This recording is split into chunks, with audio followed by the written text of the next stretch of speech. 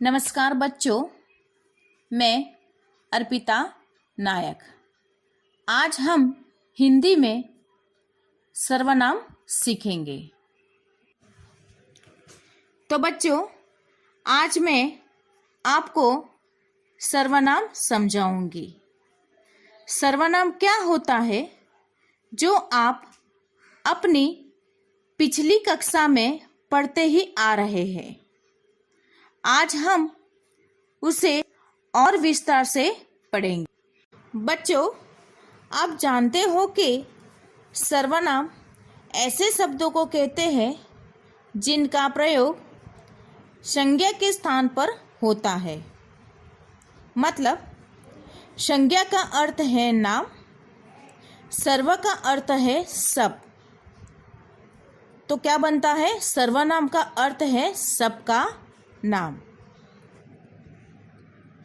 वैसे तो हम प्रत्येक व्यक्ति, वस्तु, प्राणी, स्थान को नाम से संबोधित करते हैं, लेकिन हम इन नामों को बार बार प्रयोग करें तो वाक्य अटपटे लगेंगे। इस तरह, मोहित ने मोहित के भाई से कहा कि मोहित की माँ से पूछकर कल मोहित के दोस्त के घर जाएगा। अब हम सर्वनाम का प्रयोग करेंगे। मोहित ने अपने भाई से कहा कि वो माँ से पूछकर कल अपने दोस्त के घर जाएगा। बच्चों, इस प्रकार का प्रयोग भाषा को सुंदर बनाता है। सर्वनाम की परिभाषा। संज्ञा के स्थान पर इस्तेमाल होने वाले शब्द को सर्वनाम कहते हैं। सरल शब्दों में सर्व सब, नामों, संज्ञाओं के बदले जो शब्द आते हैं उन्हें सर्वनाम कहते हैं।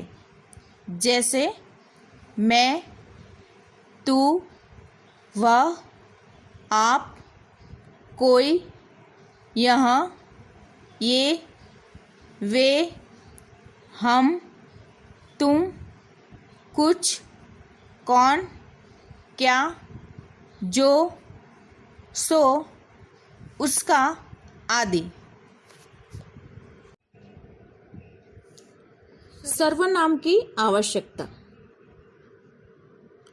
मैं, तू, वह, आप, कोई, यह, ए, वे, हम, तुम, कुछ, कौन, क्या, जो, सो, उसका आदि सर्वनाम शब्द है।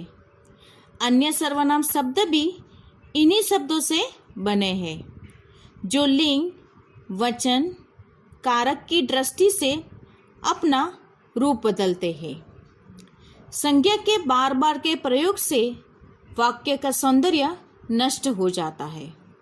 सर्वनाम के प्रयोग से इस दोष को दूर किया जाता है और वाक्य का सौंदर्य भी बना रहता है।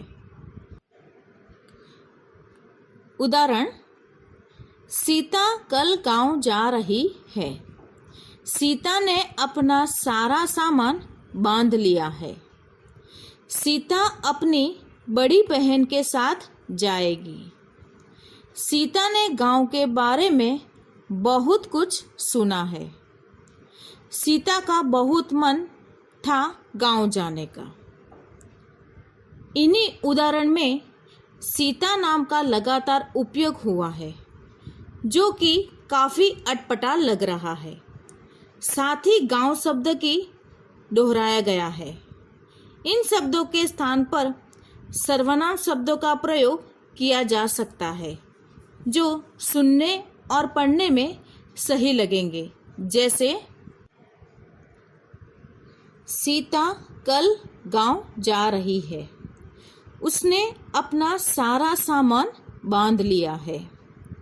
वो अपनी बड़ी बहन के साथ जाएगी। उसने वहाँ के बारे में बहुत कुछ सुना है। उसका बहुत मन था वहाँ जाने का। उसने, वो, वहाँ, उसका, ये सभी सर्वनाम शब्द है जो संज्ञा यानी सीता और गांव के स्थान पर प्रयोग हुए हैं। दूसरा, सर्वनाम शब्दों के उपयोग से आदर और अनादर के भाव को भी व्यक्त करते हैं। जैसे आप आदर के लिए प्रयोग होता है और तू अनादर के लिए प्रयोग होता है। सर्वनाम शब्द आश्रित वाक्यों को प्रधान वाक्यों से जोड़ने का भी कार्य करते हैं। तो बच्चों, आज हमने सर्वनाम की परिभाषा और सर्वनाम की आवश्यकता के बारे में चर्चा की। तो अब आपको हिंदी की नोटबुक में आपको सर्वनाम की परिभाषा और उनके उदाहरण लिखने हैं। Thank you.